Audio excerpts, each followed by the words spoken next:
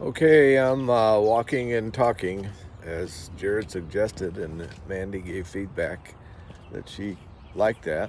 So, one good thing about it is it's going to give me some exercise that probably I wouldn't have gotten had I not had this challenge. Some of you may wonder what this thing is right here. Well, it's a flashlight,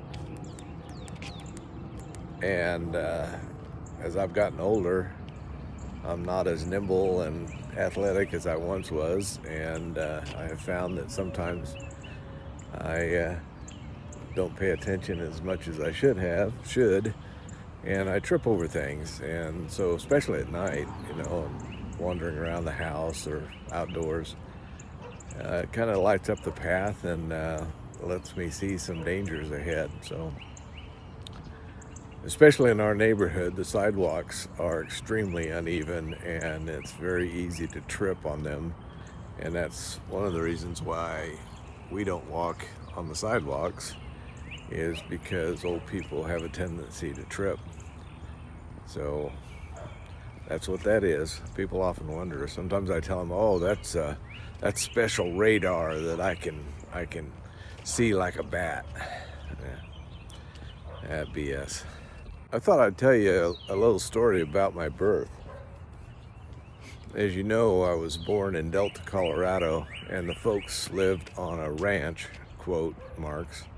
It's actually a small farm, probably a little over a quarter section, that was located west of Hotchkiss, Colorado, about maybe a mile or 2 miles. When you go out of Hotchkiss and drive west across LaRue Creek, it will turn and go up a steep incline onto what's called a mesa, which is a flat top mountain or a flat top area. And that mesa is called Rogers Mesa. So we had the property as you got on top of the mesa and then turned left.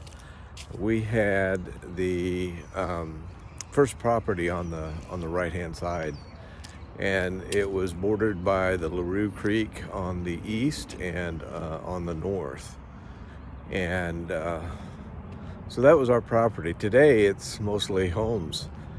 Sad deal, but unfortunately it is. It's mostly a home development area, at least along the highway. Behind it, I think, is still open country, but it's all that.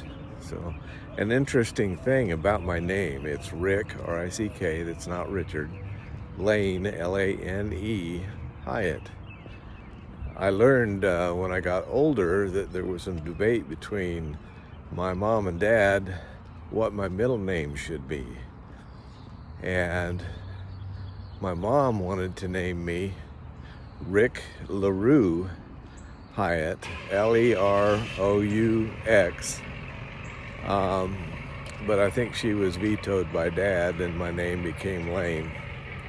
I could always tell later in life, as a young kid, if I was in trouble or not, because if I was not in trouble, but my mom wanted me for some reason, and she wanted me urgently, she would say, "Ricky LaRue, you get in this house."